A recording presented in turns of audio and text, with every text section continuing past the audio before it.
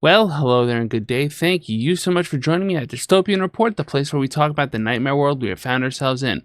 I'm your host, Jesse Pullman, and today is May 16th. It's about 2:30 p.m. EDT as to make this video. So today we're going to go over some feedback I got on a recent report, one where I proposed a somewhat better political spectrum. We're also going to talk about what I mean when I say things like progress or looking forward, and we might even get a little utopian. First and foremost, I want to thank everyone who watched both Report 35, where I talked about this topic, and Report 36 on Peter Thiel. I know that was a long one, but thank you for checking it out. I really appreciate everyone who jumped in. It was stunning, honestly. Viewership and subscriber counts have grown drastically, and I'm humbled by your interest in what I have to say. I truly am. It's stunning. With that out of the way, let's dig into the biggest friction point I received in my proposed political spectrum. That progress, or looking forward, were subjective to the person considering their position. And that's a pretty valid criticism if we think about it from the perspective of someone lost in a void, right? For example, taking a step towards any goal is a fundamental act of progress, even if that goal is something horrific like punching down at the disadvantaged. In a void, it's a good question. It even pulls at the key thesis of this very project, which is taken from Terminator 2, and that there is no fate but what we make. In other words, if you do a thing towards your goal, that is progress, even if your goal is something that we would consider, I don't know, right wing, or in my case, negative for human society. We'll get into that. Because the thing is, we don't live in a world trapped in a void. Still, it's my fault for not making clear that I had a certain idea in my head of what progress is. If you were bold enough to search my most recent political project, the Progressive Cafe, you'd come across this article entitled Celebrating 1 Year, What Being Progressive Means to Me. There will be a link in the description. And yes, it's a Substack, and part of why I no longer use Substack is that it cozied up the Nazis on the pretext of free speech on our platform, including cheerleading the free speech values of Elon Musk and Barry Weiss. The other part is that Trump won the election, and well, now we're in a dystopia, hence this new format. So let's dig in. It opens with an opening, right? There's a link in the description to this, by the way. So if you want to read this article, you can find it.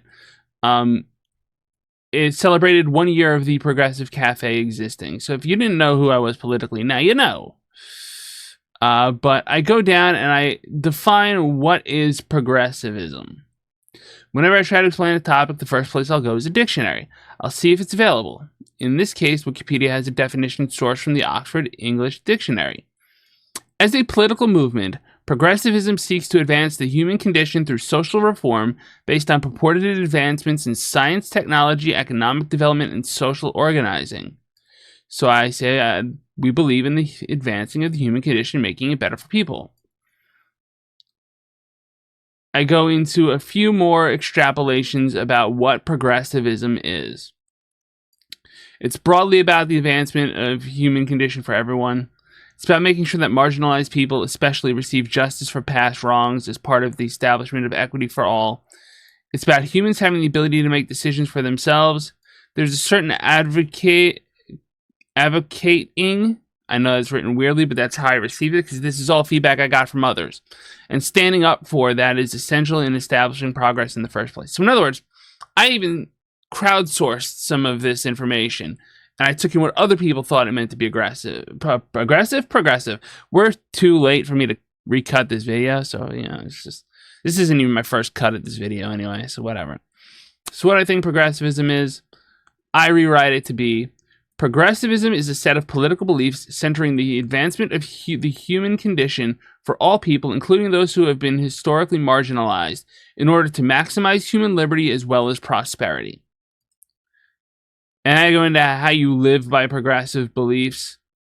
And I mentioned how I called West Virginia Senator at the time and Coal Baron Joe Manchin a conservative, perhaps even regressive force. I would probably define him as regressive now, but this was 2 years ago or a year and a half ago, and I was, that guy. So I even give some examples of ideas you can stand up for. One of the things that's precious to me is knowing art is connected to the human condition and advocating for art to be more than a tax write-off cash grab. And that's where we'll switch back to the main view. Because I'm an artist first. I'm a sci-fi fantasy author. And while I do have a background in history and politics, I was a history teacher. The truth of the matter is, that I don't necessarily know everything. I don't even know where this sentence was going, but I do know art. I do know writing, and writers fight back against that. In fact, at the Right Hive convention, it's a virtual convention, so it's online from July 11th to July 13th of 2025. I am hosting a very awesome person named Sean Morrissey Carroll, who does a whole presentation about the history of authors fighting fascism. I hope I got his name right, because he's a really cool dude. I like him. And we recorded it yesterday, and that's why I didn't put this out yesterday. And that's just great, because, you know, authors fighting fascism, right? We've talked about the definition of fascism before on this channel. I guess now we've talked about the definition of progressivism. So I leave it to you. What do you think? Leave a comment. Let me know what you think about my definitions, or at least frameworks for progressivism. And does it help you understand the previous video and the chart referenced within? Can I bring that chart up real quick? I don't know if I can. This is totally ad lib, but if I drop the browser window and I open Portal 2, yeah, this chart. Let me know what you think about this chart now that you've heard me talk about what progressive and liberal and all of that is, because it's very different than you might think or might have thought to begin with. Anyway, with all that out of the way, I want to thank you all so much for joining me. If you found this video helpful, if you enjoyed it, please do hit the like, share, subscribe, friend, follow, or whatever buttons. We're trying to hit 100 subscribers by the end of the year. I think we hit 80 at one point. I don't know if we're still there. I haven't checked. But I really do appreciate it. It's amazing to see the videos start reaching larger audiences. I think maybe the thumbnail game might be responsible. If this video does well, then I know it's the thumbnail game responsible, because that's 3 differently thumbnailed videos in a row that are doing well. So we'll see how it goes.